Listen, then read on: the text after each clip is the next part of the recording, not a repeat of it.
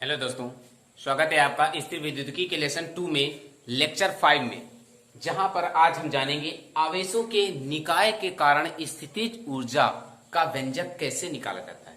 दोस्तों, मैं अभिषेक और आप देख रहे हैं हमारा यूट्यूब चैनल अभिषेक पाठशाला। दोस्तों, जैसा कि आप जानते हैं कि आप हमारे साथ यहाँ पर पढ़ते हैं इंटरमीडिएट की मैथ की क्लास के साथ साथ फिजिक्स की क्लास को भी बिल्कुल ही सरल और लॉजिक तरीके से। तो उसी क्लास में आज के इस लेक्चर सीरीज में स्वागत है आपका लेक्चर नंबर 5 में, जहां पर आज हम सीखने वाले हैं कि आवेशों के निकाय की स्थितिज ऊर्जा का व्यंजक कैसे निकाला जाता है।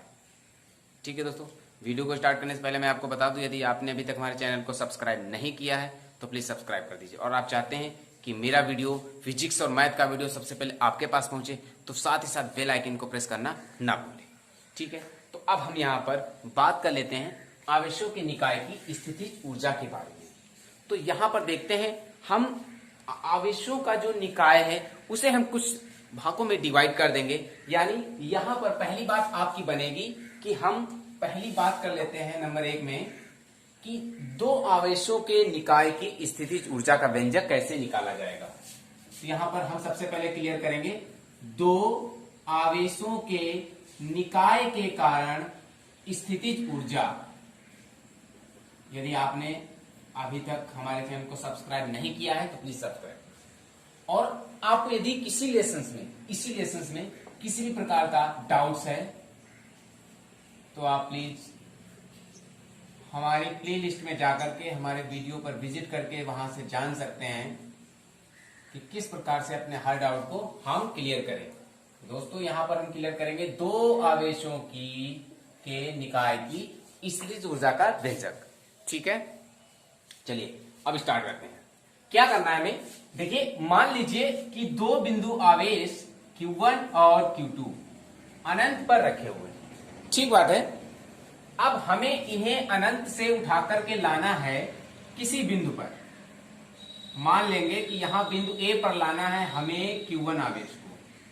ठीक है, तो हमने आपको पिछले लेक्चर में बताया है, हमने बताया है कि यदि आपने अभी तक लेसन 2 के प्रत्येक लेक्चर को नहीं पढ़ा है तो प्लीज प्लेलिस्ट में जाकर के वहां पर प्रत्येक लेक्चर को पहले पढ़िए। यदि हम वहां पर ऐसे उन लेक्चरों को पढ़ेंगे, विभवांतर के बारे में जानेंगे, तो यहां पर हमें इस डेरिवेशन को क्लियर करने में बहुत सी आसानी होगी, बहुत हेल्पफुल होंगे हमारे लिए वो लेक्चर।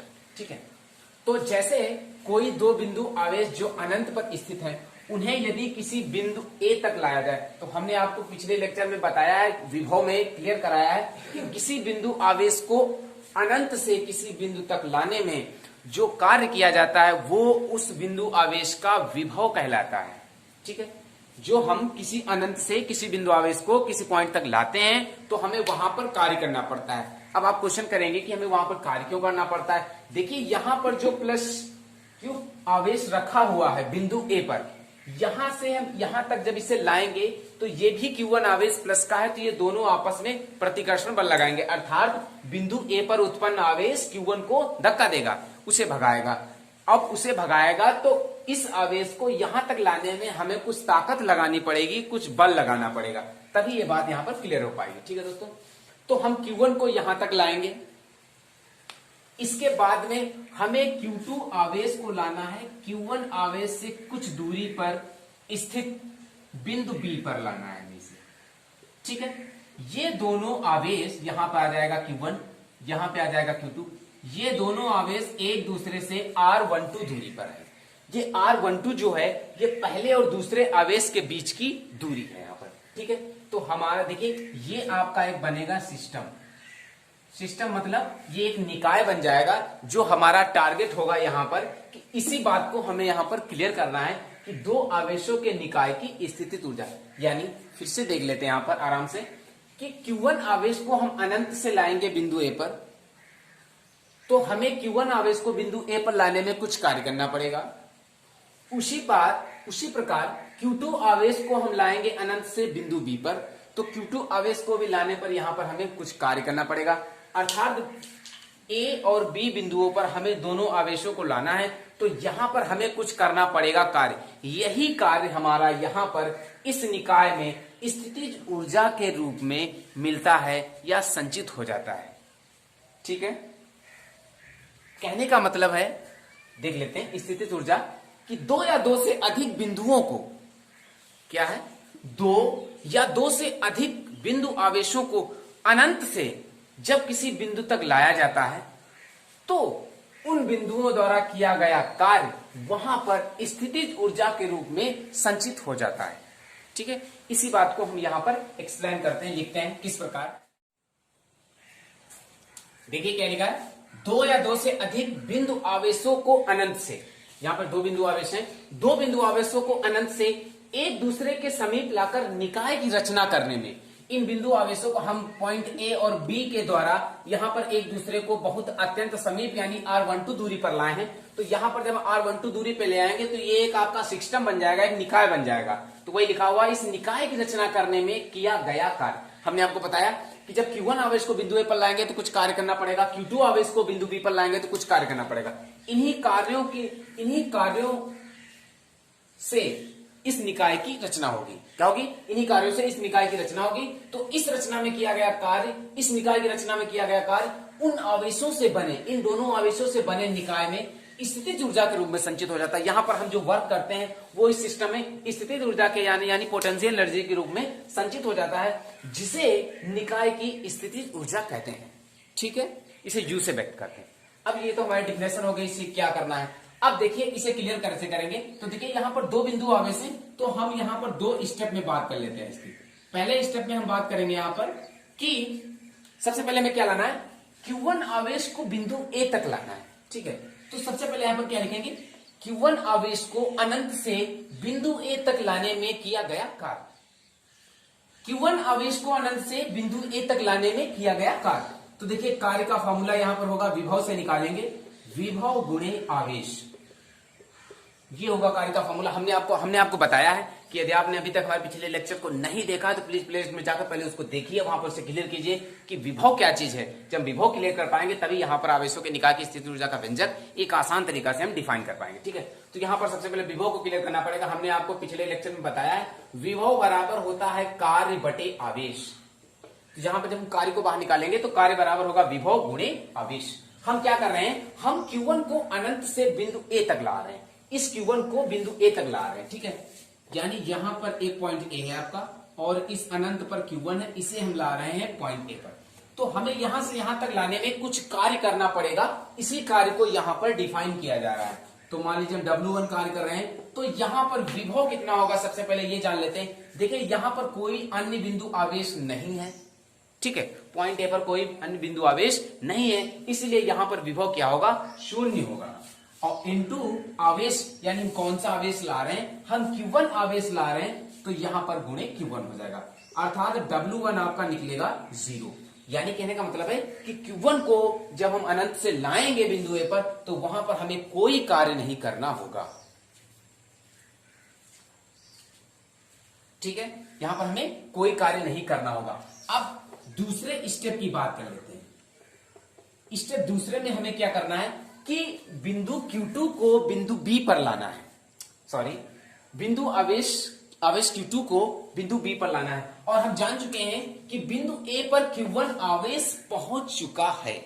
ठीक है, यहां पर जो हम निकाय की रचना करेंगे, यहां पर जो ये Q1 आवेश है बिंदु A पर, ये हमारा ऑलरेडी पहुंच चुका है। अब हमें लाना है यहां पर बिंदु B पर लाना है Q2 आवेश को। तो ये Q1 आवेश Q2 आवेश पर या बिंदु A बिंदु B पर विभव लगाएगा, अर्थात बिंदु A के द्वारा बिंदु B पर विभव लगाया जाएगा। ठीक है, तो हमें निकालना है कि अनंत से Q2 को बिंदु B पर लाने में जो वर्क किया जा रहा है उसको डिफाइन करना है। तो अब यहां पर क्या लिखेंगे, Q2 को अनंत से बिंदु B तक लाने में किया गया कार्य। अब हम Q2 को ला रहे हैं अनंत से बिंदु B तक, तो यही इसको डिफाइन करेंगे यहां पर। ठीक है, क्या होगा किया गया कार्य, कार्य होता है आपका विभव गुणे आवेश। ये होता है आपका कार्य विभव गुणे आवेश। तो देखिए W2 हो जाएगा, विभव यहां पर किसके कारण लग रहा है, बिंदु B पर, बिंदु B पर विभव बिंदु A के कारण लग रहा है, या कह दिया जाए आवेश Q1 के कारण लग रहा है। हमने आपको बताया है कि अनंत से जब किसी बिंदु आवेश को किसी पॉइंट्स पर लाया जाता है जिसके कारण वो बिंदु आवेश उस पर अपना प्रभाव करे, तो उसका जो विभव का फार्मूला होता है वो होता है KQ अपान दूरी, KQ अपान R। क्योंकि यहां से यहां तक की दूरी R12 है, इसलिए इसका फार्मूला होगा KQ अपान R12। तो यहां पर जो विभव होगा, यहां पर जो विभव होगा वो विभव होगा आवेश Q1 के कारण। किस पर? बिंदु B पर विभव। बिंदु B पर यहां पर विभव लगेगा क्योंकि यहां पर एक आवेश प्रेजेंट है। यहां पर विभव नहीं लगा हुआ था क्योंकि यहां पर कोई भी बिंदु आवेश नहीं था। ठीक है, तो यहां पर हमने आपको इस लेक्चर में बताया है कि विभव सदैव आवेश पर निर्भर करता है। तो यहां पर एक बिंदु आवेश मौजूद है, इसलिए यहां पर विभव बिंदु पर लगेगा। किसके कारण? आवेश Q1 के कारण। तो यहां पर विभव की जगह पर हम लिखेंगे Q1 के कारण बिंदु B पर विभव। तो बिंदु B पर विभव क्या होगा? गुणे आवेश। तो देखिए W2 बराबर Q1 के कारण बिंदु B पर विभव होगा, ये क्या होगा? KQ अपान R12। KQ1 अपान R12, क्योंकि यहां पर हम KQ1 आवेश Q1 आवेश के कारण हो रहा है। और किस बिंदु आवेश को हम अनंत से ला रहे हैं? Q2 को ला रहे हैं यहां पर। तो यहां पर वर्क क्या होगा? KQ1 Q2 upon R12। यहां पर वर्क क्या हो जाएगा? KQ1 Q2 upon R12। ये हो जाएगा हमारा Q2 को जब हम अनंत से बिंदु B तक लाएंगे वहां तक इतना कार्य होगा। ठीक है, अब यहां पर हमने क्या जाना? हमने ये जाना कि दो बिंदु आवेशों को हम अनंत से लाए थे तो हमें दो बार वर्क करना पड़ा। पहले बिंदु आवेश को लाए तो वहां पर 0 वर्क करना पड़ा। दूसरे बिंदु आवेश को लाए हैं तो वहां पर वर्क करना पड़ा KQ1 Q2 अपान R12। ठीक है, अब हमें निकालना है निकाय का कुल कार्य, निकाय का संपूर्ण कार्य। इस निकाय में संपूर्ण कार्य कितना किया गया है? तो यहां पर लिखेंगे निकाय का संपूर्ण कार्य। संपूर्ण कार्य जब तक नहीं निकालेंगे तब तक हमारा टारगेट पूरा नहीं होगा। संपूर्ण कार्य W बराबर होगा W1 प्लस W2। तो देखिए W बराबर W1 की वैल्यू है 0 यहां पर, और W2 की वैल्यू हम निकाल चुके हैं, क्या? KQ1 Q2 upon R12। तो टोटल वर्क आपका होगा KQ1 Q2 अपान R12। ये हमारा टोटल वर्क होगा जो दोनों बिंदु आवेशों को हम किसी बिंदु A तथा B तक लाने में कर रहे हैं। ठीक है, दोनों बिंदु आवेशों को हम किसी बिंदु A तथा B तक लाने में जो वर्क कर रहे हैं वो यहां पर निकला है आपका W equal to KQ1 Q2 upon R12। और हमने यहां पर जाना है कि जब किसी बिंदु आवेशों को अनंत से एक दूसरे के समीप लाकर किसी निकाय की रचना करते हैं तो वहां पर जो कार्य किया जाता है वो हमारा उस निकाय की स्थितिज ऊर्जा कहलाता है। ठीक है, तो यहां पर कार्य कितना किया गया है? फिर से ध्यान देते हैं, W equal to KQ1 Q2 upon R12 इतना कार्य किया गया है। ये कार्य हमारा इस निकाय की पोटेंशियल एनर्जी कहलाएगी, यानी स्थितिज ऊर्जा कहलाएगी। तो यहां पर हम क्या लिख देंगे? लिख देंगे स्थितिज ऊर्जा बराबर होगी, स्थितिज ऊर्जा बराबर किया गया कुल कार्य, निकाय में किया गया कुल कार्य, ये होगी स्थितिज ऊर्जा। स्थितिज ऊर्जा को U से व्यक्त करते हैं, किया गया कुल कार्य W है, तो ये बनेगा U इक्वल टू W की वैल्यू होगी KQ1 Q2 अपॉन R12। ये आपका निकलेगा दो आवेशों के निकाय की स्थितिज ऊर्जा का क्लियर व्यंजक। U equal to KQ1 Q2 upon R², जहां K एक अनुक्रमानुपाती नियतांक है, Q1 Q2 पहले आवेश और दूसरे आवेश हैं, R12 दोनों आवेशों के बीच की दूरी है।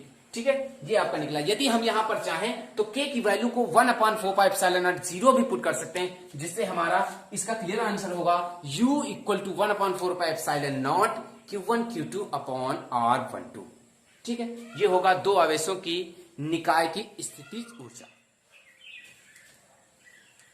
देखिए, अब यहां पर बात करने वाले हैं एक नए टॉपिक की, जहां पर है तीन आवेशों के निकाय की स्थितिज ऊर्जा का व्यंजक। अभी तक हमने जाना कि दो बिंदु आवेशों को अनंत से किसी दो बिंदुओं के पास लाकर निकाय की स्थितिज ऊर्जा का व्यंजक कैसे निकाला जाता है। उसी के बाद अब यहां पर जानेंगे तीन आवेशों के निकाय की स्थितिज ऊर्जा का व्यंजक, अर्थात तीन आवेश अनंत पर रखे हुए हैं और उन्हें हमें लाना है किसी निर्वात के तीन बिंदुओं पर, जहां पर हमें एक निकाय का निर्माण करके उसकी पोटेंशियल एनर्जी की गणना करनी है। ठीक है, तो यहां पर सबसे पहले फिगर को जानते हैं। मान लेंगे ये आपका अनंत है और इस अनंत पर Q1, Q2, Q3 तीन आवेश रखे हुए हैं। ठीक है। इन आवेशों को हमें लाना है क्रमशः बिंदु ए, बिंदु बी तथा बिंदु सी पर। तो अब चलिए क्लियर करते हैं। बिंदु ए पर लाएंगे Q1 आवेश को, तो कुछ कार्य करना पड़ेगा। फिर हम लाएंगे बिंदु बी पर Q2 आवेश को, तब कुछ कार्य करना पड़ेगा। और उसके बाद लाएंगे बिंदु सी पर Q3 आवेश को, तब हमें कुछ कार्य करना पड़ेगा। और हमने जाना है यहां पर कि इस प्रकार की प्रक्रिया में जो भी कार्य किया जाता है वो उस निकाय की स्थितिज ऊर्जा के रूप में वहां पर संचित हो जाता है। ठीक है, तो देखिए क्या होगा। यहां पर ए और बी के बीच की जो दूरी होगी वो R12 होगी। ठीक है, क्योंकि बिंदु ए पर Q1 आवेश आएगा, बी पर Q2 आएगा और सी पर Q3 आएगा। बिंदु बी और सी के बीच की जो दूरी होगी वो R23 होगी। ए और सी के बीच की जो दूरी होगी वो R13 होगी। ठीक बात है। चलिए, ये हमारा क्या हुआ, एक निकाय बन गया है जो हमारा आज का टारगेट होगा, जिसको हमें लेकर चलना है। ठीक है, तो यहां पर जब 3 आवेश हैं तो हमें 3 स्टेप में बात करनी पड़ेगी, अर्थात उनका 3 स्टेप में अलग अलग वर्क निकालना पड़ेगा। तो सबसे पहले स्टेप की हम बात कर लेते हैं, स्टेप 1। स्टेप 1 में हमें क्या करना है, ध्यान देंगे कि Q1 आवेश को बिंदु ए तक पहुंचाना है।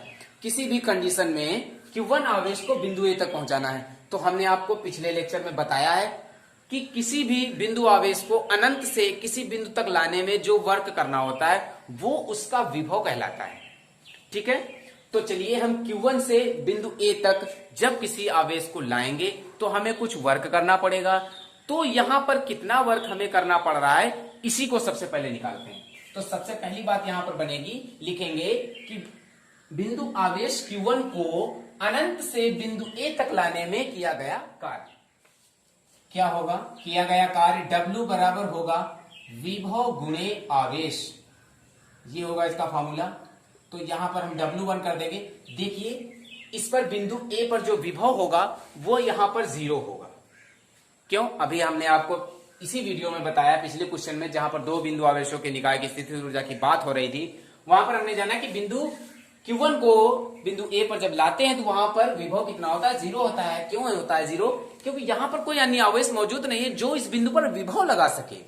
ठीक है, इसलिए इसका विभव 0 है। यहां पर कोई आकर्षण प्रतिकर्षण बल नहीं लग रहा है जिसके कारण विभव उत्पन्न हो सके। इसका विभव 0 होगा। और हम किस आवेश को बच्चा ला रहे हैं, Q1 को। तो यहां पर जो वर्क करना होगा हमें वो 0 करना होगा। अर्थात कि बिंदु आवेश Q1 को अनंत से बिंदु ए तक लाने में जो हमें वर्क करना पड़ेगा वो कितना वर्क होगा, हमारा 0 वर्क होगा। ठीक बात है। पहला स्टेप हमारा कंप्लीट हुआ। दूसरे स्टेप की बात करेंगे तो दूसरे स्टेप में हमें क्या लाना है, बिंदु आवेश Q2 को बिंदु बी तक लाना है। और ध्यान दें कि बिंदु आवेश Q1 बिंदु ए पर पहुंच चुका है पहले स्टेप में। तो इसके कुछ अलग ड्रा कर लेते हैं। Q2 आवेश को हमें लाना है। बिंदु आवेश ए पर Q1 आवेश पहुंच चुका है, बिंदु आवेश बी पर हमें लाना है। तो यहां पर जो बिंदु आवेश बी पर जब हम Q2 आवेश को लाएंगे तो Q1 बिंदु बी पर अपना एक विभव लगाएगा। ठीक है, तो हम यहां पर क्या लिखेंगे, क्लियर करेंगे इसे, कि बिंदु आवेश Q2 को क्या लिखेंगे इसमें, बिंदु आवेश Q2 को अनंत से बिंदु बी तक लाने में किया गया कार्य का फॉर्मूला क्या होगा, W इक्वल टू विभव गुणे आवेश। ये होता है फॉर्मूला। तो यहां पर दूसरी बार कार्य हो रहा है, W2 होगा। अब यहां पर बात करते हैं पोटेंशियल की, विभव की। हमने क्या बताया कि बिंदु आवेश Q2 को बिंदु बी पर ला रहे हैं, तो बिंदु बी पर आने से पहले बिंदु ए पर Q1 आवेश आ चुका है, जिसको हमने स्टेप 1 में बताया है। ठीक है, आ चुका है। अर्थात Q1 आवेश बिंदु P पर क्या लगाएगा, विभव लगाएगा। Q1 आवेश बिंदु P पर क्या लगाएगा, विभव लगाएगा।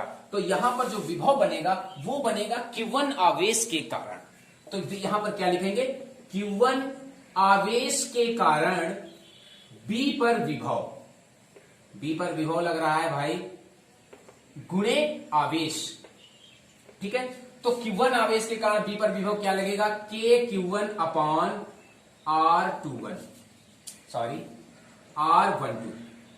क्यों, बिंदु A द्वारा जब बिंदु बी पर विभव लगाया जाएगा, यानी Q1 के द्वारा जब Q2 पर विभव लगाया जाएगा तो इसके बीच के डिस्टेंस है R12। तो यहां पर क्या लगाना पड़ेगा, R12 इंटू आवेश, अर्थात हम किस आवेश को ला रहे हैं अनंत से, Q2 आवेश को ला रहे हैं, तो ये बन जाएगा, अर्थात W2 आपका बनेगा K Q1 Q2 upon R12। ये होगा बच्चा आपका बिंदु Q2 को अनंत से किसी बिंदु B तक लाने में किया गया कार्य। ठीक है, ठीक है, ओके।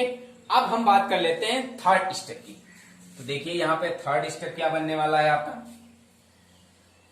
स्टेप 3। स्टेप थर्ड और भी डिलीजियस है, क्यों, क्योंकि यहां पर हम Q3 बिंदु आवेश को बिंदु C पर ला रहे हैं, और ध्यान दें कि बिंदु C पर Q3 आवेश को लाना है, और यहां पर बिंदु A तथा बिंदु B पर Q1 Q2 आवेश आ चुके हैं। ठीक है, तो यहां पर हम क्या लिखेंगे स्टेप थर्ड में कि Q3 आवेश को अनंत से बिंदु C पर,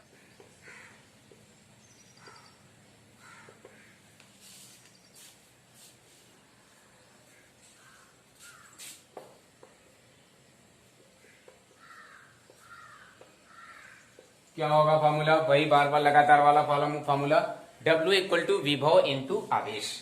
तो देखिए यहां पर तीसरी बार आपको वर्क करना पड़ रहा है, तो W3 आप लिखेंगे। अब यहां पर हम बात कर लेते हैं विभव की।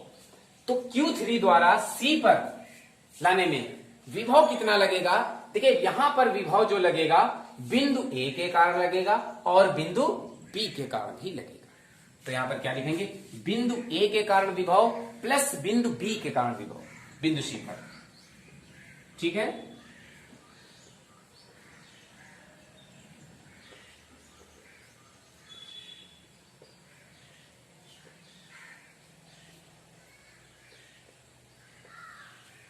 बिंदु A के कारण विभव प्लस बिंदु C के कारण विभव गुणे आवेश, ये फॉर्मूला इसका अप्लाई हुआ। ठीक है,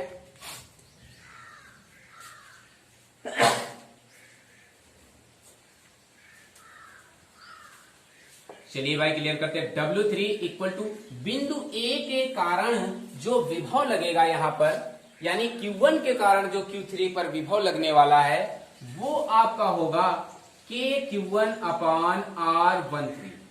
देखिए इसके Q1 आवेश है, इसके बीच की डिस्टेंस कितनी है R13, तो इसलिए R13 लगा दिया गया। ठीक बात है, प्लस बिंदु B के कारण जो विभव C पर लग रहा है वो होगा KQ2 अपान R23। यहां पर Q2 आवेश है, तो यहां पर क्या लगेगा KQ2 अपान R23। ये इतना आवेश बच्चा कार्य करेगा जब हम Q3 को बिंदु C पर लाएंगे। और इनटू आवेश, कौन सा आवेश ला रहे हो आप, Q3 ला रहे हो, इसलिए यहां पर Q3। तो चलिए हम इसको यहां पर क्लियर करेंगे। W3 इक्वल टू, यहीं पे क्लियर कर दिया,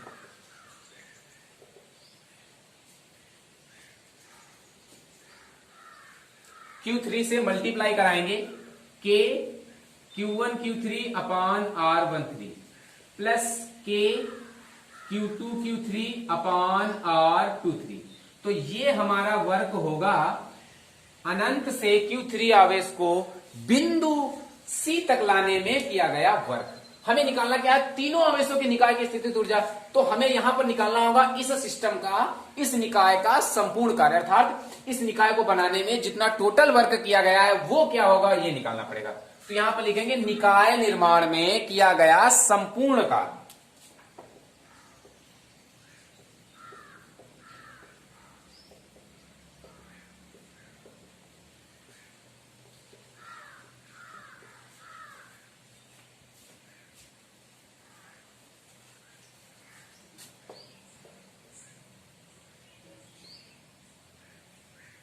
देखिए संपूर्ण कार्य क्या होगा, W equal to W1 plus W2 plus W3। तो देखिए क्या बनेगा, W इक्वल टू W1 आपका ऑलरेडी 0 निकला हुआ है, W2 है आपका K Q1 Q2 upon R12 plus W3 कितना है ये सामने लिखा हुआ है K Q1 Q3 upon R13 plus K Q2 Q3 upon R23।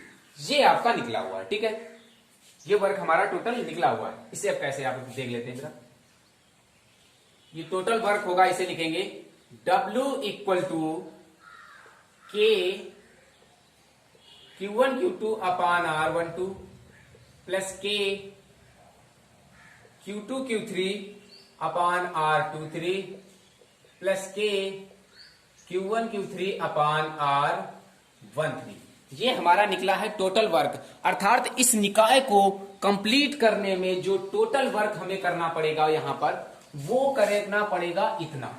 ठीक है, और हमने बताया कि टोटल वर्क किया जाता है, वही वर्क इस निकाय की स्थितिज ऊर्जा कहलाता है। तो बच्चा यहां पर पोटेंशियल एनर्जी क्या होगी, U इक्वल टू होगी K Q1 Q2 upon R12 plus K Q2 Q3 upon R23 plus K Q1 Q3 upon R13।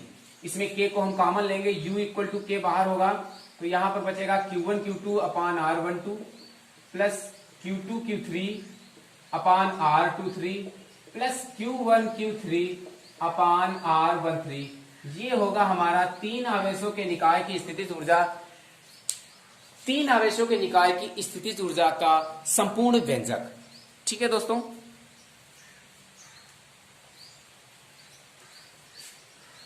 ठीक है। इसके बाद एक बार देखिए, इसे फिर से हाईलाइट कर लेते हैं, ध्यान देते हैं जरा एक बार। तीन आवेशों की निकाय की स्थितिज ऊर्जा का हमें व्यंजक याद करना है। पहला स्टेप हम लेंगे, देखिए तीन आवेश, तीन बिंदु आवेश अनंत पर रखे हुए हैं, इन्हें हमें तीन अलग अलग बिंदुओं पर ले जाना है। तीन अलग अलग बिंदुओं तक ले जाएंगे तो हमें कुछ कार्य करना पड़ेगा, यही कार्य हमें निकालना है, और कुछ नहीं है, ज्यादा बात कुछ भी कठिन नहीं है, बस केवल हमें यही कार्य फर्स्ट स्टेप, सेकेंड स्टेप और थर्ड स्टेप में निकाल करके दोनों तीनों कार्यों को आपस में जोड़ देना है, वही हमारी पोटेंशियल एनर्जी होगी। कितनी इजी बात है।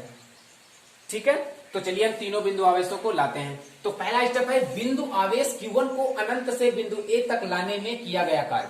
Q1 को हम ला रहे हैं बिंदु A पर, कार्य बराबर होता है विभव गुणे आवेश। देखिए Q1 को जब हम A पर लाएंगे तो वहां पर विभव शून्य होगा। आप कहेंगे शून्य क्यों होगा, क्योंकि यहां पर कोई अन्य बिंदु आवेश नहीं है जो इसको अपना विभव दे। ठीक है, इसलिए इसका विभव 0 होगा। इंटू किस आवेश को ला रहे हो, Q1 आवेश को, Q1 से मल्टीप्लाई कराएंगे 0 आ जाएगा। अर्थात Q1 को जब हम बिंदु A तक लाएंगे तो हमें 0 कार्य करना पड़ेगा, शून्य कार्य करना पड़ेगा। ठीक बात है। अब हम स्टेप सेकंड की बात कर लेते हैं। सेकंड स्टेप है बिंदु आवेश Q2 को अनंत से B तक लाने में किया गया था। Q2 को हम ला रहे हैं B तक, तो Q2 को B तक लाने में किया गया फॉर्मूला वही W equal to V1 to आवेश।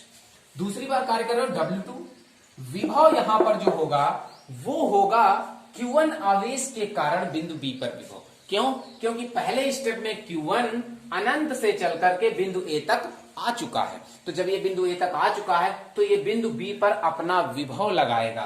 वही बात यहां पर लिखी हुई है कि Q1 आवेश के कारण बिंदु B पर विभव इंटू आवेश। B पर विभव क्या लगेगा, किसी बिंदु आवेश के कारण विभव होता है KQ अपॉन दूरी। ये हमने आपको डेरिवेट कराया है पिछले लेक्चर में कि किसी बिंदु आवेश के कारण जो विभव होता है वो होता है KQ अपॉन दूरी। तो Q क्या है, Q1 है, दूरी कितनी है R12, A और B के बीच की डिस्टेंस है R12 इंटू किसी बिंदु आवेश को हम ला रहे हैं, हम Q2 बिंदु आवेश को ला रहे हैं। ठीक बात है, तो इसका वर्क कितना होगा, Q1 Q2 अपॉन R12। ये होगा सेकंड स्टेप, अर्थात Q2 को जब हम बिंदु पे लाएंगे। थर्ड स्टेप की बात कर लेते हैं। थर्ड स्टेप है हमारा कि हम Q3 को C तक ला रहे हैं। जो Q3 को अनंत से C तक लाएंगे तो वहां पर भी फॉर्मूला वही यूज होगा, W इक्वल टू यहां पर जो विभव लगेगा उस पर ध्यान देते हैं। अक्सर बच्चे गलती कर देंगे, यहां पर जरूर गलती करने के इस स्टेप में, मैं पक्का कहता हूं कि थर्ड स्टेप में जरूर आप गलती कर देंगे। कैसे गलती नहीं करनी, यहां पर किस प्रकार समझना है, हम इस विभव में दिक्कत करेंगे। यदि यहां पर दिक्कत होगी तो हमारा आंसर नहीं आएगा। देखिए इस दिक्कत को हम कैसे दूर करेंगे, चलिए देख लेते हैं। विभव कहां पर, Q3 को अनंत से C तक लाने में, तो यहां पर जो विभव उत्पन्न होगा बच्चा C पर वो बिंदु A और बिंदु B के कारण होगा। ठीक बात है,